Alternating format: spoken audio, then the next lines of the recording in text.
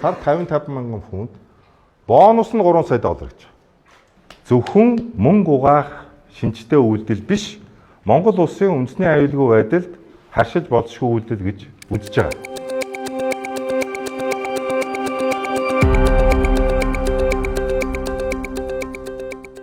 Эрдэнэс оюу толгой компаниас нууцлалын тамхтаагаар 20 сая доллар оюу толгой компаниас авсан бөгөөд энийг нууцлалын тамхтаагаар зарцуулсан асуудлын талаар өмнө нь бас пост илэрч тавьж байсан.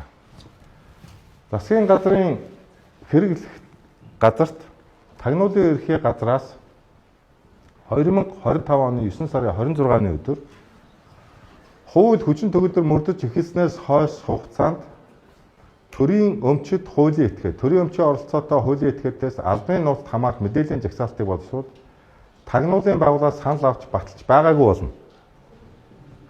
Нэр бүхий төрийн өмчит хуулийн этгээд нь үйл ажиллагаандаа нууцын дарцаар тэмдэглэсэн байна.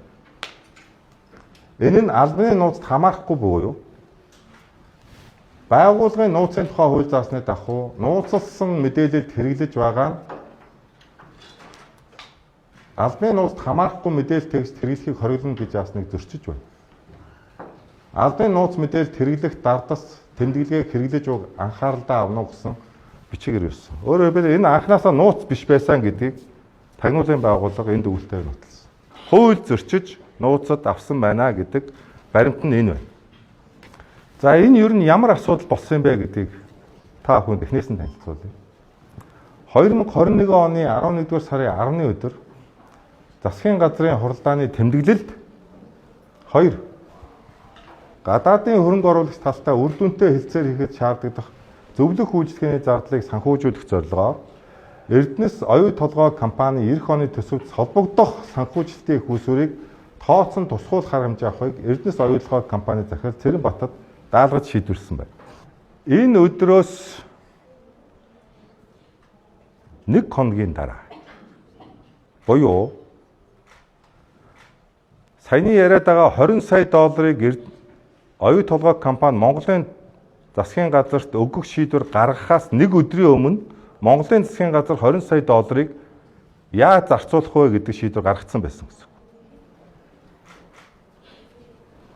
Засгийн газар зарцуулах шийдвэр гаргасны маргааш нь оюу толгой компани туз Монголын засгийн газарт 20 сая долларыг 4 жилийн хугацаанд жил болгон 5 сая долларыг төслийн хяналтын чиг үүргийг гүйтгэхэд гарсан төлбөр зардлыг хянах гэсэн ийм зориулцтайгаар өгье гэдэг тузын шийдвэр гарсан. За энэ 20 сая долларыг нийтдээ 11 багц гэрээгээр зарцуулсан байна. За энэ 11 багц гэрээг багцлж та бүхэн танилцуулга хэлбэрээр харуулж байна. Жишээлбэл 21 оны 10 сарын 1-ээс 22 оны 10 сарын 31 гэсэн 13 сарын хугацаанд энэ гадаадын иргэдтэй нэг өдрийн ажлын ёсонд 5500 фунт, сар 55 мянган фунт, бонус нь 3 сая доллар гэж. Бонус нь. Ийм гэрээ бол ерөөсөө мэдэхгүй байна. Юуны бонус юм мэдэхгүй.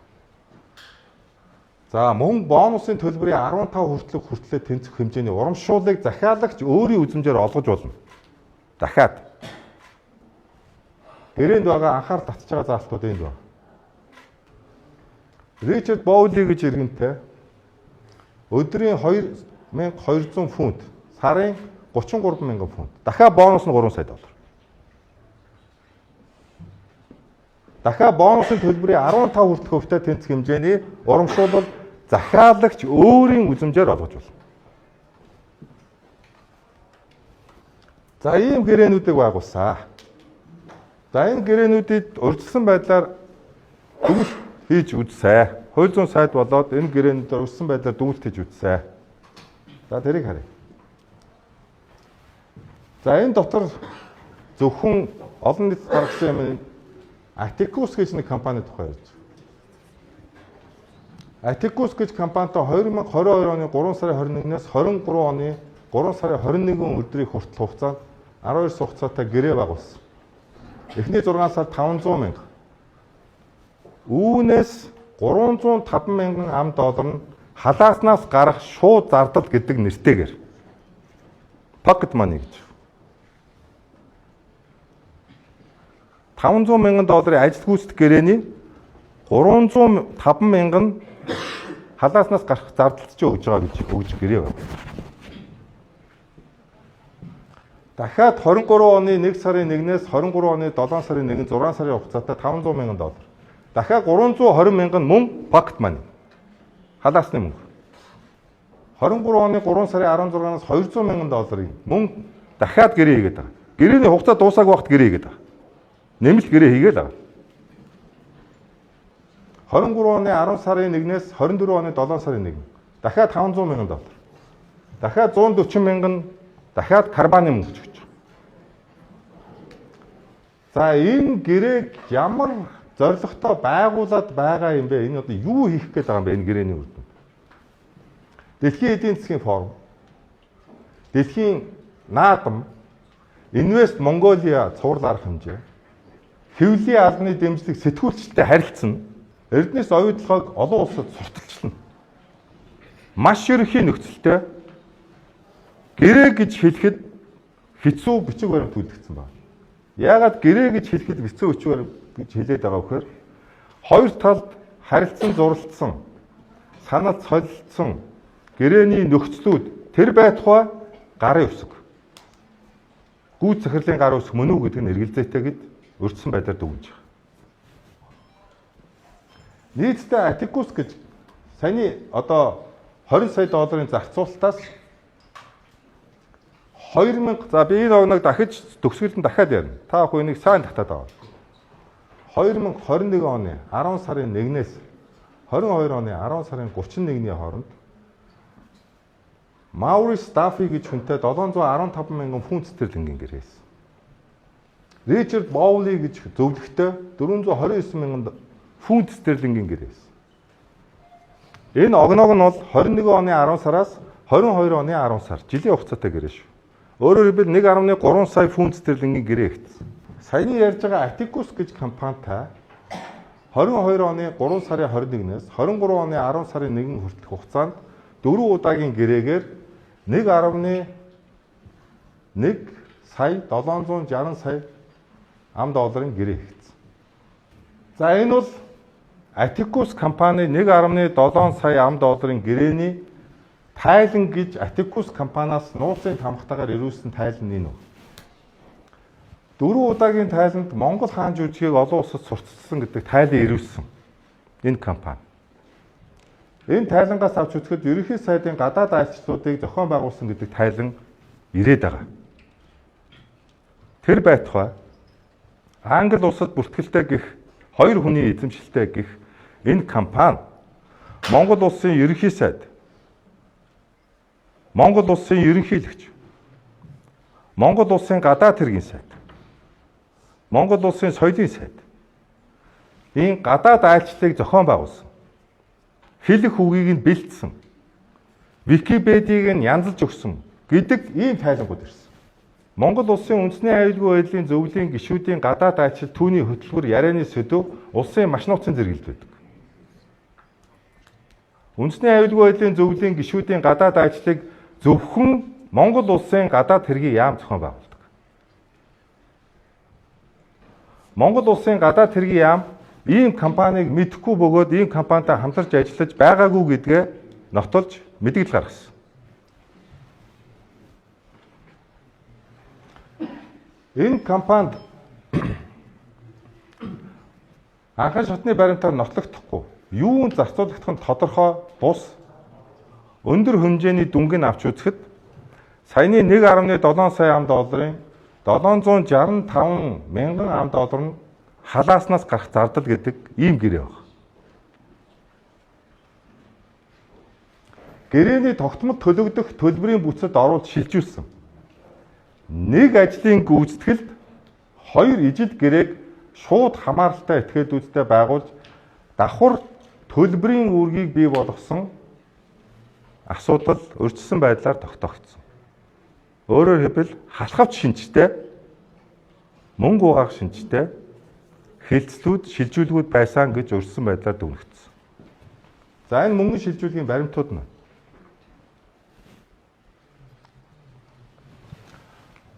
Монгол улсын гадаад хэргийн сайдын эрхлэх асуудлын хүрээнд Монгол улсын гадаад сурталчилгаа хамаардаг.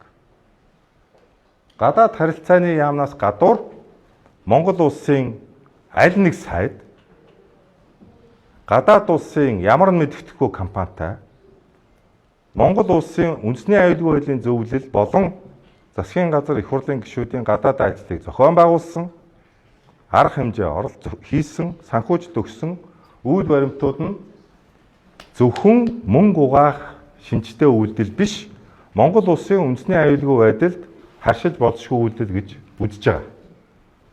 Тийм ч учраас энэтэй холбоотой асуудал нь ганцхан албан тушаалын гэх хэрэгээр авилгатай тэмцэх байгууллагууд биш, мөрдөн шалах чиг үүрэг бүхий тусгай албадын хамтын ажиллагааны хүрээнд цаашид шалгадах асуудал үйл баримт байна гэж өртсөн байдлаар үзэж байна. За би саяхан өнгөрсөн 7 хоногийн 5 дахь өдөр номын сайдын нэг тогтоол гаргасан. За ийм Монгол улсын олон улс дахь сурталчилгаа мэдээллийн үндэсний хороо гэдэг Монгол улсын засгийн газраас байгуулад энэ хорооны тогтоолоор тамгагүй төр жүжигийг олон улсад тодруулахад дэмжлэг үзүүлэх шийдвэр гаргасан байна. Энэ тогтоол зурсан арга хэмжээнд хэдэн төгрөгийг гаргасан бай гэдэг санхүүжилтийн араас хөөж үзэж байгаа. За энэ тогтоолын хэрэгжилтэн дээр үндэсний хорооны үйл ажиллагаанд зориулаад 2024 онд нийтдээ төсвийн гүйцэтгэл нь 6.2 тэрбум төгрөг ямарсан гарцсан байна. 2025 онд 201.3 сая төгрөг гарсан байна. Одоогийн байдлаар 6.5 тэрбум төгрөг сая дурдсан энэ тогтоолын дагуу санхүүжигдсэн байна. Энэ санхүүжилтийг нэг бүрчлэн хуулийн хяналтын байгууллагаар шалгуулах хүсэлтийг өнөөдөр миний бие өгөх гэж байна. 2024 оны 6 сарын 5-ны өдөр би хууль зүйн дотоод хэргийн сайдаар ажиллаж ирсэн учраас би өөрөө энийг сайн мэдчихэж байгаа. Над дээр амар баясгалан дараагаас нууцын дардцтайгаар энэ хоёр хүнд мөнгө өгье гэдэг тэмдэглэлийн төсөл ирсэн. Санал авахар. Танилцуулга нь энэ. За энэ тэмдэглэл дотор харсан чинь энэ хоёр хүнд ямар нөхцөлтэй, ямар үндслээр, ямар хугацаатай хэдэн төгрөгийн гэрээ байгуулах гэж байгаа юу гэдэг нь тоон дүн байгаагүй. Мөнгөн дүн байхгүй. За дарыг. За ингээ энэ 6 сарын 6-ны өдрийн мөн хаалттай уралдааны протокол баг. Мөн хаалттай урлана. Энд хууль зүйн дотоод хэргийн сайд энэхээр оролцоо гэж. Энд би оролцож байсан. За таашаа. Би өөрийнхөө хэлжсэн үгийг зориуд байлж. За энд миний хэлжсэн үг байна. Энэ тэмдэглэлүүд ийм мөнгөн дүнгүү гарч болохгүй. Яг ийм мөнгөн дүнгүү тогтоолууд гардаг байсан учраас Хөгжлийн банктай холбоотой, нүүрстэй холбоотой засгийн газрын тогтоолууд дээр асуудал яригдсан юм аа. Энэ алдааг засгийн газар үргэлжлүүлээд яваад байж болохгүй. Энэ мөнгөнд байх ёстой. Мөнгөн дүн нь нууц биш гэж би ойлгож байгаа. Засгийн газрын гишүүдэд энэ нууц биш гэж ойлгож байгаа. Энэ мөнгөн дүнгээ хэл гэж шаардаад байгаа байхгүй. Хэдэн төгрөгөөр гэрээ их гээд байгаа хэл. Засгийн газрын хууль дээр хэл гэж шаардаад байгаа. За энэ дотор ч гэсэн би хэвлэл мэдээллээр зарим лавгийн тоймд ярьж ирсэн, зарим үг хэлсэн. Орооногийн гэрээгээр халахвчилж PR-ын 1 тэрбум төгрөг гаргасан. Хэвлийн гэрээс санхүүжүүлсэн дүн 750 сая төгрөг. Энийг би наран цог захиралд хэлж байж үлдэгдэл 350 сая төгрөгийн зогсоолгосон. Энэ бүхэн баригдчихсан байгаа. Сонгуул болох гэж бай. Хэвлийн эрхчлөөний асуудал гээд энд маш олон сэтгүүлч нарын асуудал хөндөгдөх гээд байсан учраас зогсоогдсон. Ер нь ийм асуудал дээр Эрдэнэс Монгол компаниг улс төрчид төрөвч болгож ашигладаг болох хэрэгтэй. Жил болгон 750 сая төгрөгийн хэвлийн гэрээ хийдэг. энийг өгтөө тэрих ус, энийг ус гэж амаар хэлдэг.